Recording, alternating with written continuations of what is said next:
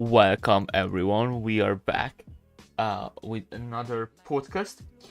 Uh Recently we didn't have that much content. This is because of illnesses and such. That we've got if you're interested. Which the last podcast about coronavirus. And today we are also gonna talk about something very recent, and that's the boat stuck in the Suez Canal, which was just freed today. Would like to talk about what kind of impacts it has, possible impact, and also talk a little bit about how vulnerable the global market is. And as usual, Domi and Patrick are with me. Welcome back. guys.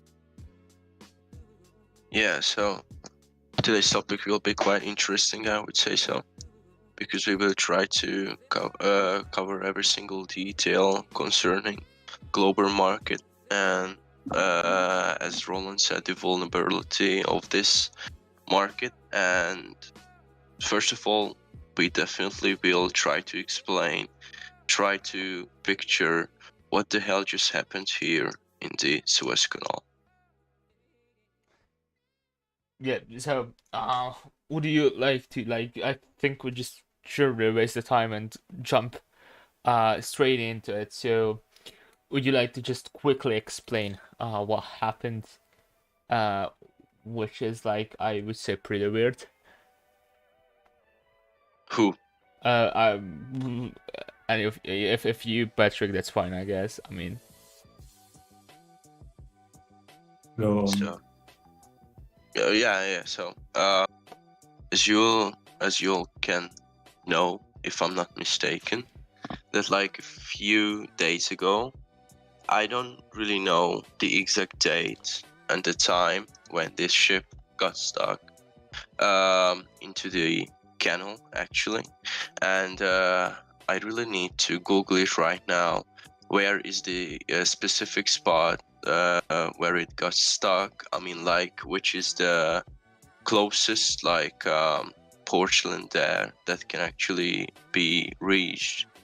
So I'm Googling it right now, actually. and the most fascinating part is that now we're talking about a ship which is can be compared to the Empire State Building. So it's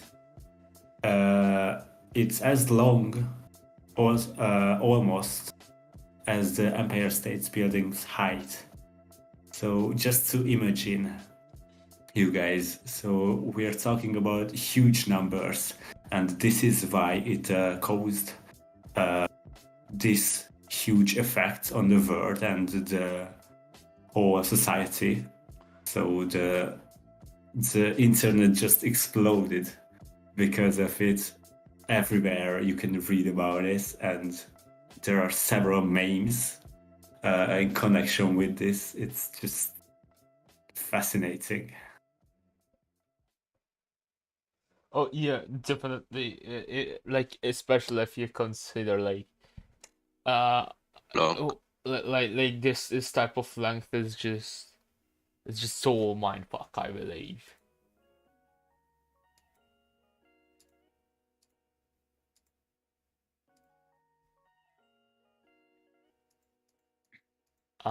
Yeah.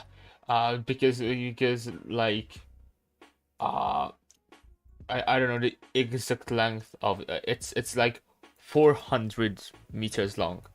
Like it could be a little street, literally. And that's somewhere shocking, and especially if you consider how many of these boats go through this canal every day. Um, that's something that just, wow. I mean, uh, lots of different ships and boats go through, which are these sized.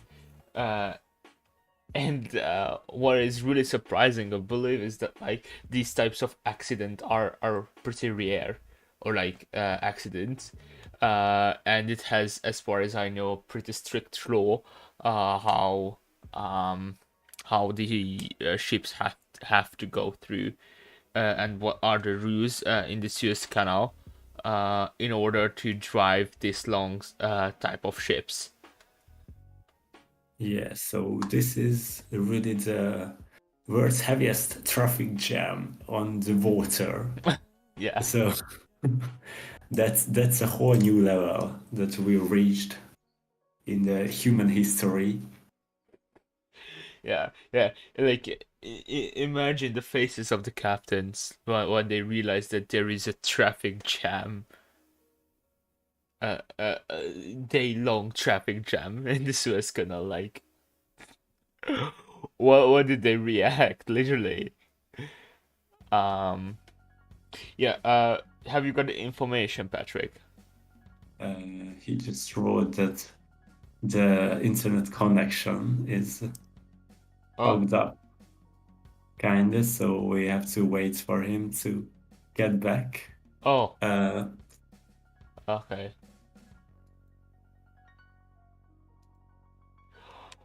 Okay. Then. Uh. That happens. Uh. Just a little bit think about the situation. I believe that, like, uh the Suez Canal is a place where like lots of boats go through every day. I don't know the exact number of boats. uh 50, oh approximately. oh yeah, and if you think about it, it's like halfway, or like also the only way to Europe, um from India and from China uh and from Indonesia, which are all huge places, are huge industrial places, and from huge market of products coming to Europe. Um, and if you think about it, uh, it's somewhere scary that so huge markets can only get through to Europe from this canal. Like, that's the only way, I believe. Is it? Like, of course, with trucks there are other ways, but with boats, there aren't really, except like going around Africa, but that's a huge ass of journey. Um, and that's somewhere really shocking, and also the fact that, like, these huge ships go through every day, and like, uh, how many of them has the possibility to actually stuck, you know? Um, Well, it happened. yeah, yeah, of course. Uh, and as far as I know, they try the best. Like, um, there are local people who actually drive the ship to it, and they are within communication together in order to, like, check in with everything, and to have all the ships went through the canal. But still, it's somewhere shocking that the possibility is always there, and it was shown that, yeah, this totally can happen. And also, just to deny a myth, so the whole ship isn't called Evergreen. So that is just the company's name of it. Oh yeah, The yeah. name of it is Ever Given, just to make sure it is commonly mistaken. Oh yeah, yeah, exactly. That's the company, uh and also, funny thing, the same company's truck made an accident this week too. Which is, I mean, uh what is up with this company, seriously? Um of course, just a joke. it seriously wasn't a huge fault of everyone. This was a very poor situation, also played in by wind, if I'm not mistaken. So the situation was occurred because of wind and because of weather conditions. Yeah. And I think we can turn to really the effects on the global world, and it's just incredible how much it costs and how much it can fuck up the whole system. Oh yeah.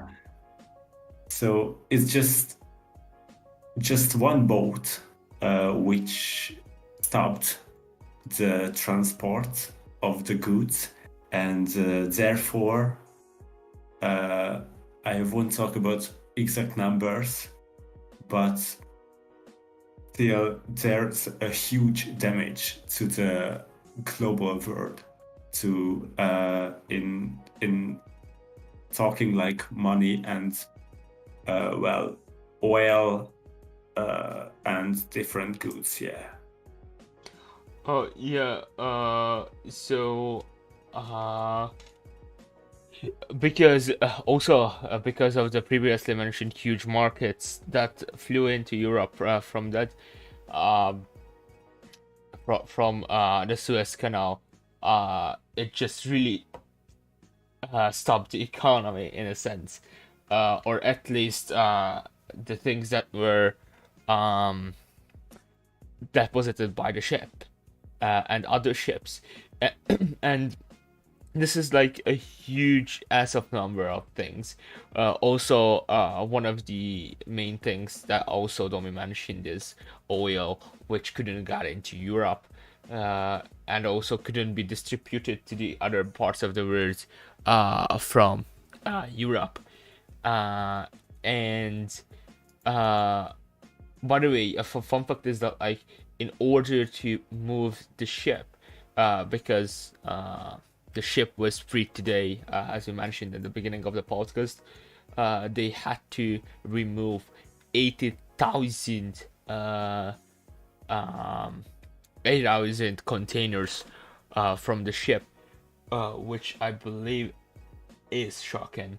Like 80,000.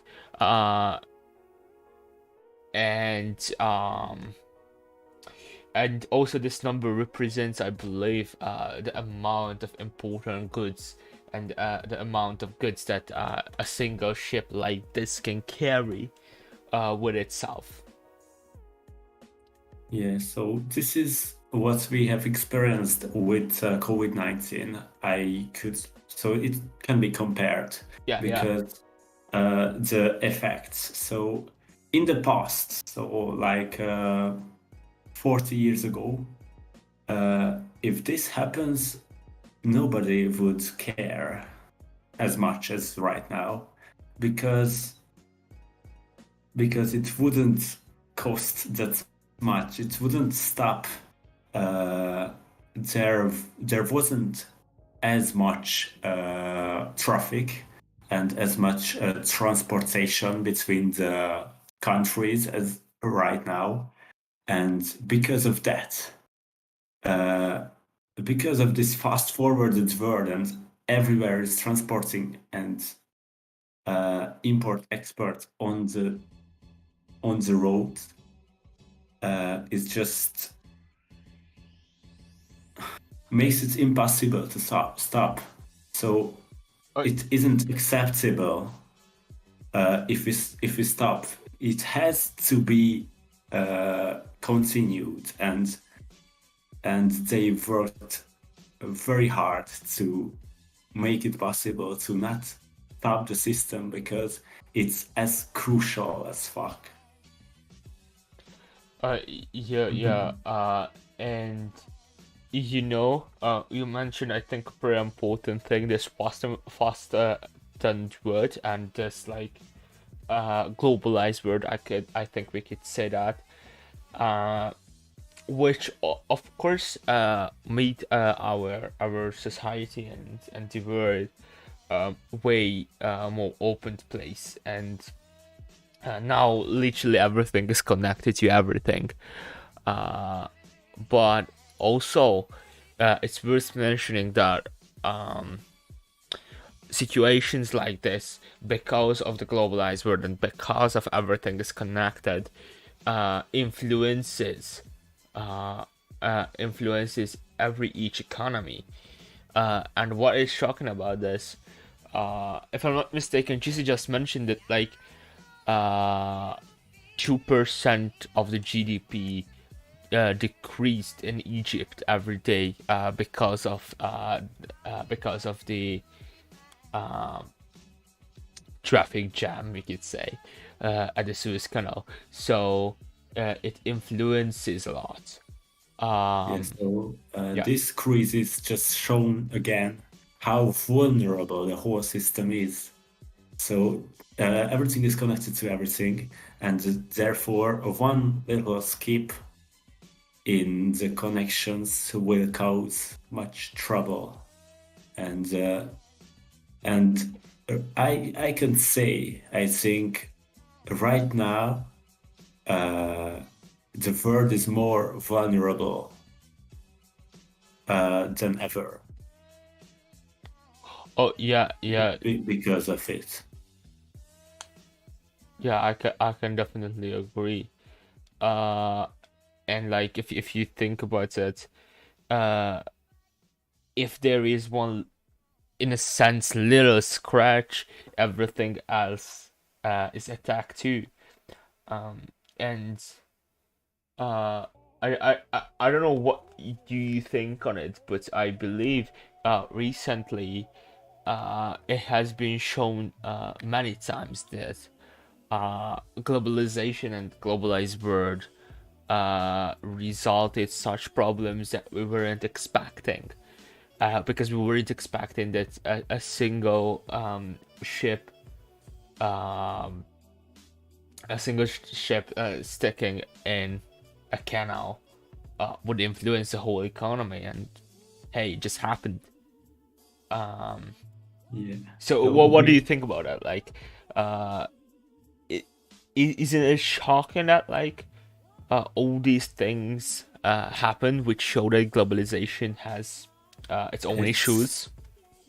Certainly surprising. So it shows us that we are not prepared for everything, and nature, or well, literally everything can show us new ways to stop the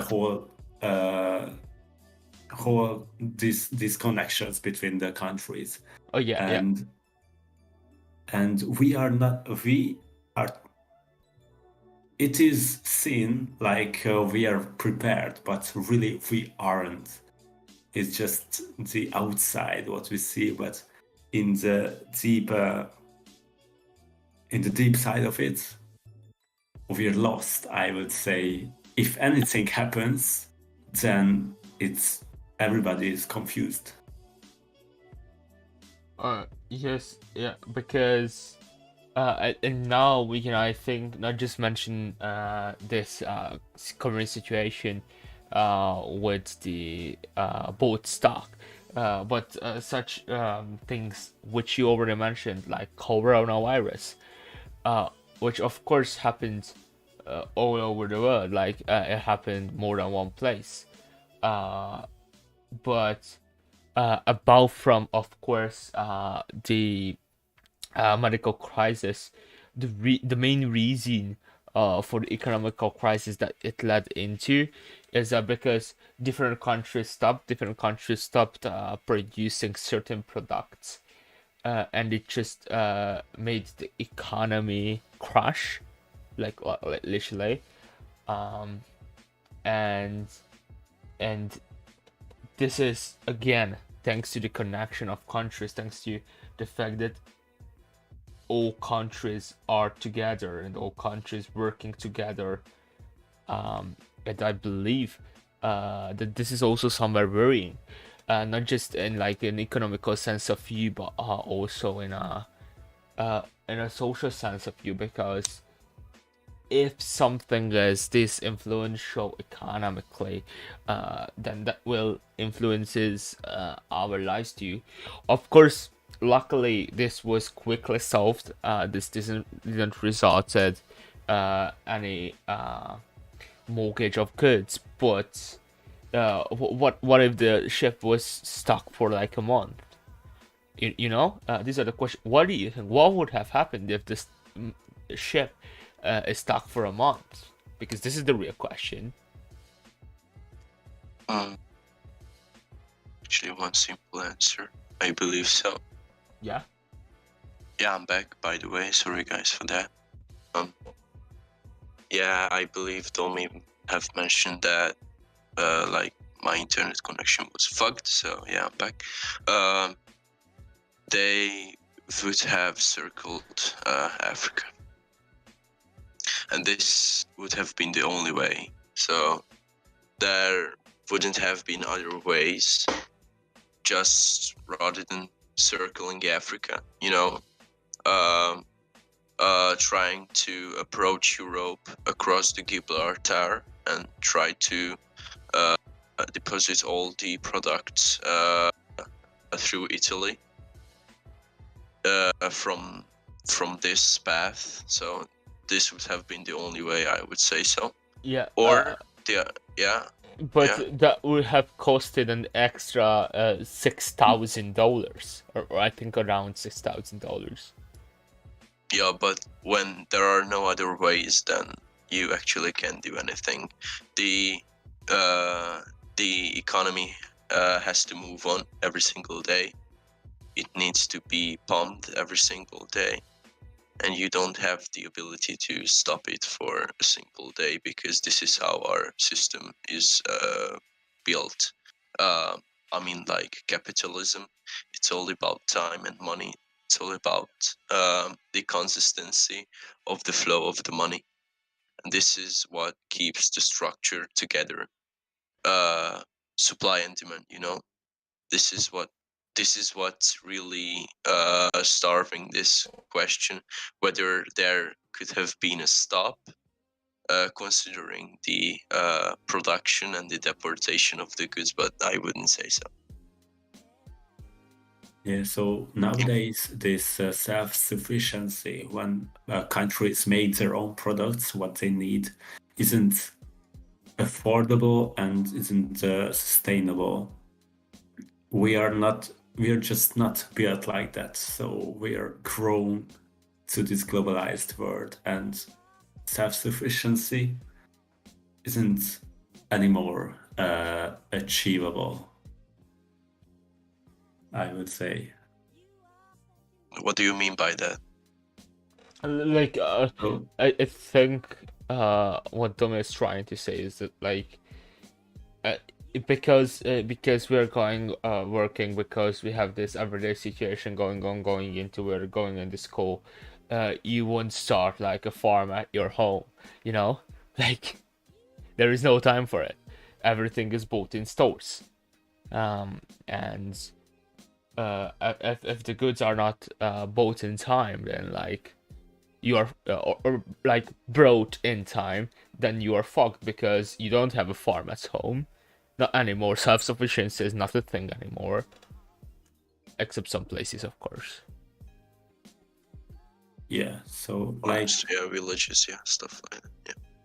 in Hungary, mostly we have to import a lot of things. So how would we get oil, or I don't know which goods we are out of, but we need to import the things we are lack of, and most countries are with this. So we have certain products that we can sell, and therefore we have the money to buy the things we need. That's how it all works. And if we lost what is imported, then where the whole economy is just fucked up. Oh yeah, it's like uh speaking of what is happening right now around the world, we got into so many economical problems recently that it's just literally shocking, I believe, around the world what is going on, and like every economical situation is just, so I think like historically speaking, there always been lots of different economical problems that had to be solved. Just the difference is now that like the already mentioned connections between the countries, because now we're not talking about that if a country has an economical problem that country will suffer it alone. If a country has an economical problem, then the more countries will suffer from it. If it's a bigger country, then all country will suffer from it.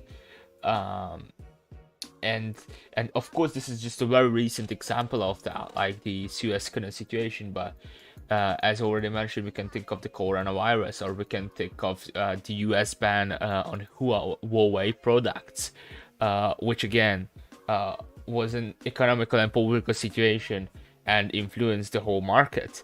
Um, and of course there could be more example of this, but uh, generally speaking, the global economy's main problem is that if there is an issue, because the global economy is pretty good for producing more and more and more, but if there is an issue, then the global economy is fucked, or at least I think it is fucked when there is an issue. Well, I don't know. I'm interested in your thoughts. Like, what do you think? How vulnerable the global economy is? It is, but there should be like those changes as well that really turns into a madness with these changes. There are like fundamental principles of the economy as well, so we can consider them as we've mentioned, supply and demand, the marginal analysis, we can mention that as well, incentives, we have to mention of course the benefits, the costs, and we have the rationality as well as a principle. And when one is out, then there are others that can actually bring up the protection in order to protect the economy. For instance, when we lose one of those principalities, these fundamental stuff, like we lose all the benefits, just to put it in an example, there were huge benefits of those cargo ships which couldn't go through the canal. For instance, we have lost 1 million barrels of oil every single day just because of that cargo ship stuck into the canal. And however, via just lowering the costs of the barrels throughout these times, of course logically and rationally, we are able to defend the system and defend the economy. So as a matter of fact, we have our principalities, we have our those principles, those fundamental protective principles that can actually help each other out via just doing the opposite of them in order to balance out things when these issues happen, or when these importation stuff happens, when these doesn't work out. And in order to be a consistent thing, we literally need to concentrate on solving these problems just by using these principles, rather than just freaking out and trying to focus on the negative side of the coin. We need to, find always the positive, even though there are a lot of money dumped into a bit, but we need to concentrate on how to regenerate that money and how to fasten up the transportation through the Suez Canal in the future. So of course there will be some developments considering this as well. So I wouldn't say that global economics is that vulnerable, but on the other hand, I would say it's quite complicated, and it's rather like nearly impossible to understand to 100%. But fortunately, it's created, it's established, and I believe we don't have to worry about a simple bit after, of course, a short amount of time that we literally need to think about our problems and think how we can solve them. So like, Uh, do you think with the right reactions, if they are quick enough, the situation can be like solved without anyone feeling anything from it? Of course there will be losses. It's not about when there's a problem, it's not about winning, it's not about losing, it's about survival mode. It's about not having companies going absolute bankruptcy. It's about protecting the capital. It's about protecting those companies who are affected, of course. And when it comes down to this, you really need to get that specific money somewhere to pump that into this. And there are some you can have loans, you can have other stuff as well. You can change products like raw products to products. So it's like barter trading, if I'm not mistaken. You can still do that as well when the currency is like damaged or something happens with the currency of that specific country. So the most important thing is that you really need to consider, I as much as I know, you really need to consider a pyramid. Sorry, I just can't talk today. So you need to like consider like a pyramid in front of you in order to understand economics. So like, but when there's like a fall at the very low ground of the pyramid, you don't have to worry, because there are still some blocks that can actually hold this whole structure. So it's like the base of the pyramid is like infinite, so it doesn't end. There are whole shit ton of like bricks and stones that hold this whole structure, that is the pyramid, which is the economy. And the base is so strong that we literally don't have to worry about these like happenings. Of course, it's a huge loss of money, but this money will be regenerated just in weeks. Yeah, that makes a lot of sense, though. That really makes sense, at least for me. Domi wanted to say something. Yeah, so just as I see it, we got a chance to see what we're doing here and see that we have to make it better in order not to fail again, because we faced a crisis which surprisingly early solved.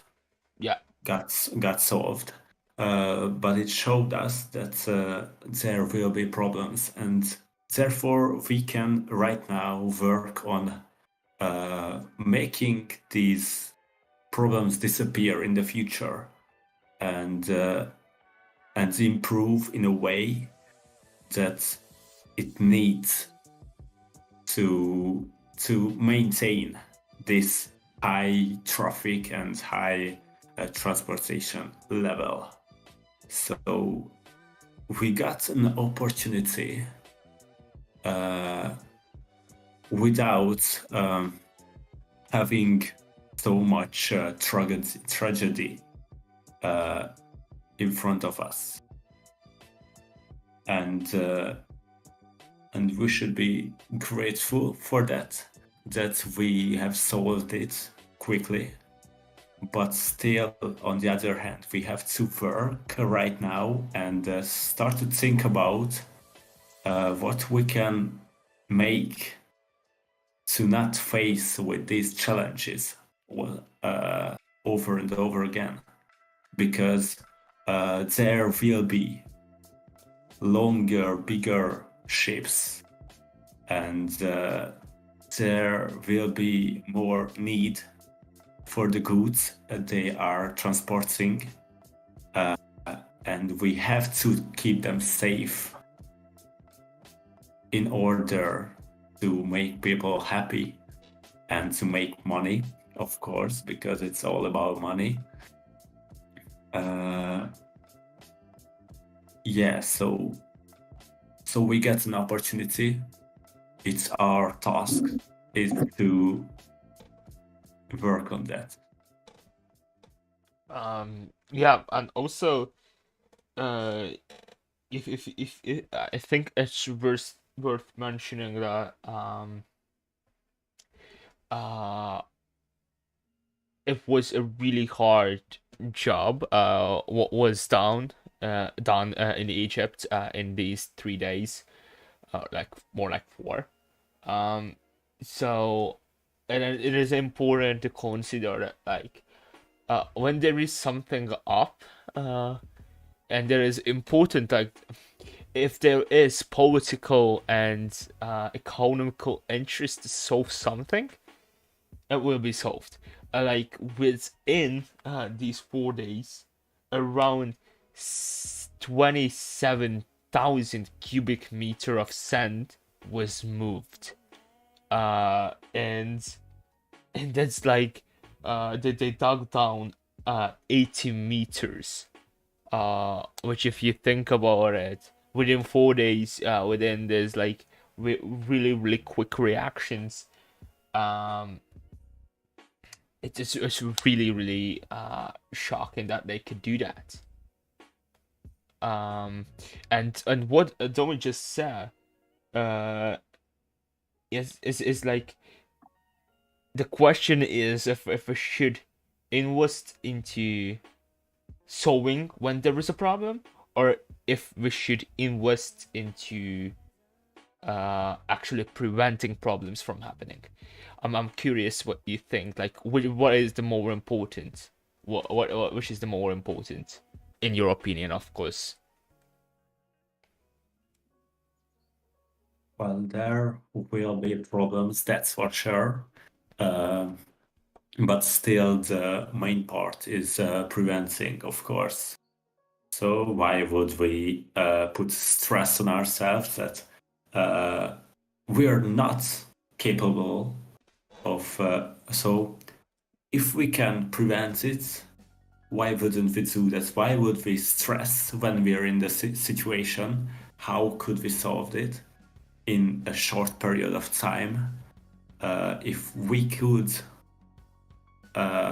prevent it easily, or not easily, but without all the stress and without all the problems it can cause. And yeah, that's my thoughts. Patrick?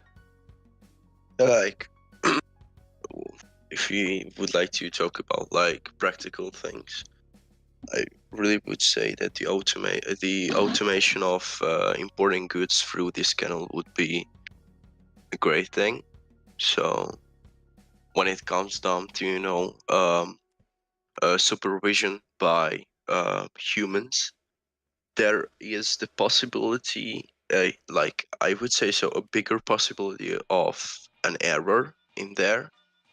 And when when it is actually doesn't supervised or just automated by AI or some stuff like that, then this possibility will be bigger as well. Whether it's a human, whether it's like the like, I don't know, like simple robots. I would say, like, like you have those robotic stuff in your car as well, which is called tempo, Engine. tempo. Oh, Yeah. yeah. Then you have then you really need to build these new technologies into all of these transportation, like way of transportation, like ships and cargoes and trains and stuff like that, into those as well. Every single transportation facility should have an AI system, I would say so, which is structured just in order to avoid these happenings. Or there could be like plan B, where all those transportation facilities could go through, even though there's an other way which is blockaded, for instance, or which is there are something happening, there's an issue maybe. So there should be a possibility that actually provides the path through like its facility towards the destination of the importation, I would say so. So it would be great to have a plan B as well. And but I don't know where it should be when it comes down to water, like importation on water. But like on the other hand, there should be something done, literally, because like trying to go around Africa and aiming at Europe through Gibraltar, it's not happening. It's too much money. It's like, but this is the only way right now. There are no other ways. This is the two paths that we have right now. Sorry. The canal of Suez Canal. This is how you say it. Canal of Suez Canal, and then you have Gibraltar, and that's it. Yeah. I'd like to compare it.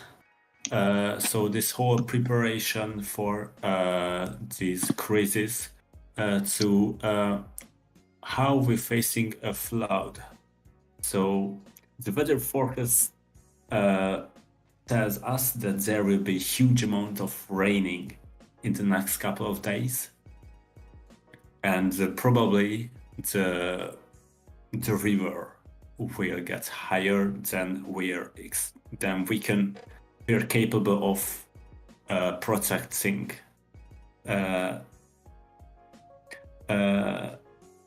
In this situation, of course, if we know that something will happen, then we will build a gate dam down. How do you say that?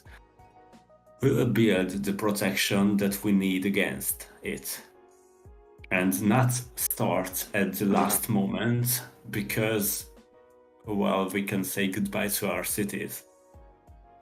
And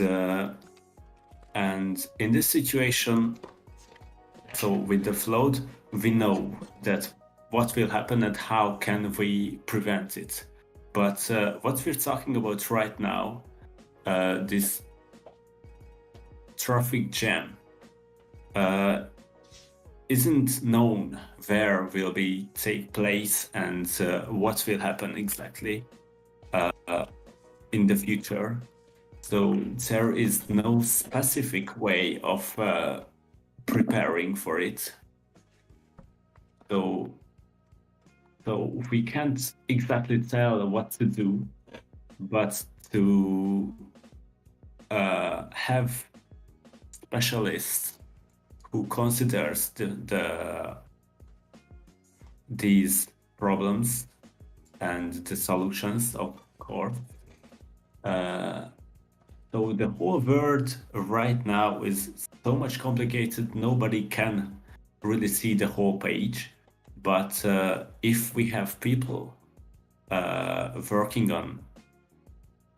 on several parts of each of the whole, then we'll be able to reduce the amount of these crisis situations. That's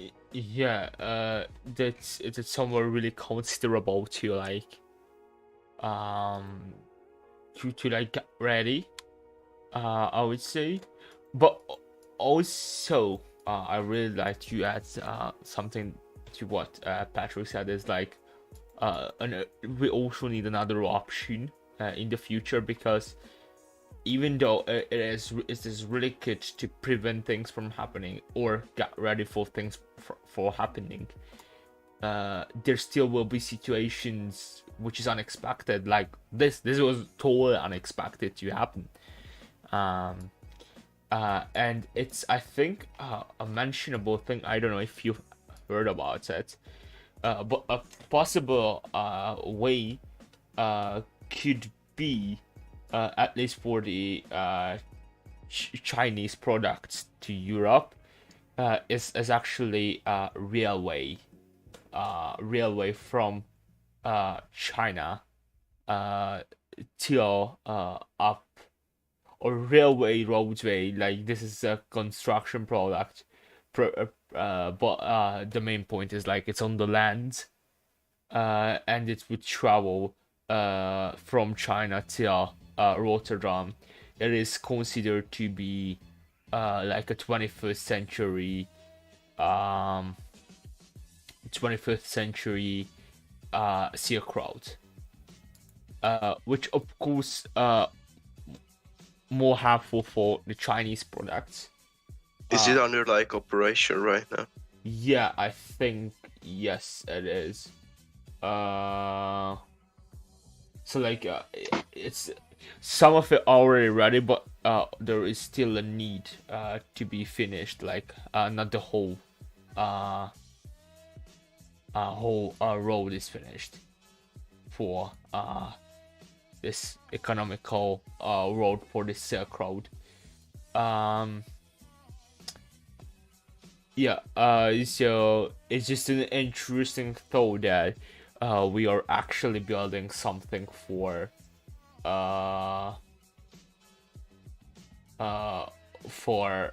having a plan B too, at least in case of the Chinese products. Of course, we still have Japan, we still have South Korea, we still have India, we still have those regions like the eastern regions that we actually don't have any other kind of connections with them, just by water.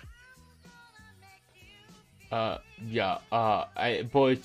if you think about it, if we can build one already connection road, then it will be easier to connect other countries too.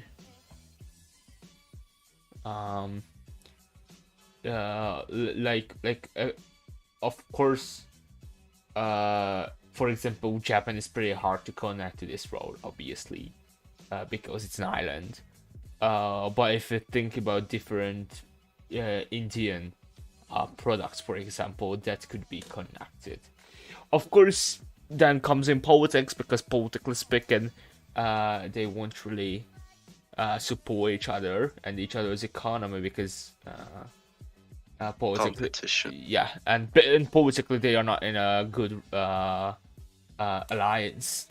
They I wouldn't say they are enemies, but in a very light term, they are not friends. but still the possibility would be to connect even more countries than China, and the countries that it goes through, like the road goes through. And you told me that I am the crazy one with the idea of the next canal.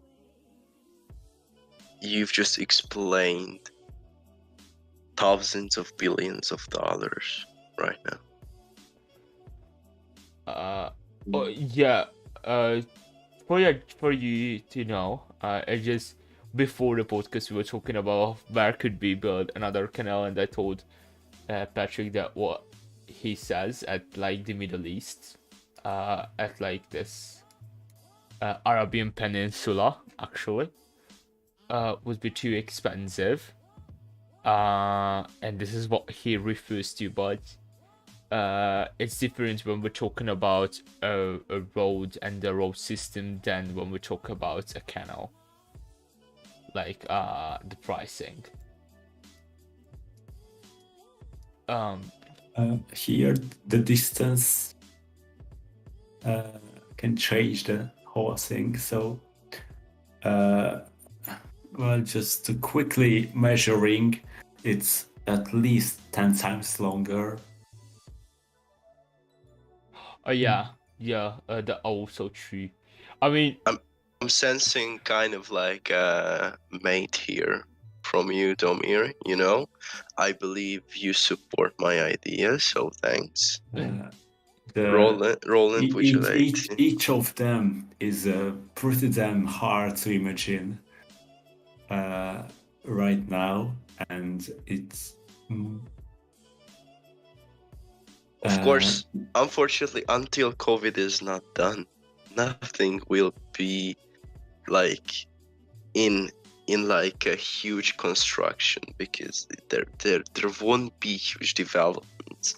There won't be full concentration, full attention on structuring something for the economy. Nah, yeah. It won't happen. It's just destroyed currently, so. Yeah. Yes, definitely. Yeah. That's yeah, of course, the pandemic influences like everything that is going on. Also, just to completely clarify, this road that they are like proposing also includes maritime roads. So like it's a huge ass of road system. If you search for it, you will find a plan, and it's actually made up of a circle, which I explained was the land part, and there is like a maritime part of this road too, and it's like a circle, which would possibly boost China's economy, of course. But yeah, until the pandemic, everything is stopped, obviously. And of course, the countries have to focus more on like more resources on stopping the pandemic, at least. Yep. So I don't know if you have any further thoughts, or I don't think so. I don't have action. Me neither. So this isn't that wide topic that we usually choose. It's just a quick viral thought, and we'd like to express our thoughts on it and just explain in some words to you guys. But yeah, I don't think we'd necessarily take that long if we don't have any yeah, I think we can get to closure. So yeah, this was I believe today's podcast. We tried to be quick on a very recent happening. in the future we probably will implement such topics too, because the world is going, and like, you've got to fasten up to its speed. And also, if you're interested in such contents, then be sure to subscribe. And if you want to get notified, then check the bell icon too. Also, if you want to get further information on our channel, or what will happen, then be sure to follow us on Facebook, Instagram, TikTok. And as well, if you like that, then a like would be really cool, and as well a share, because it is really helpful. And get ready, guys, for the future. We still, as I said previously to you, planning some cool stuff happening. Thank you for the attention, and see you the next time. Nice day. Goodbye.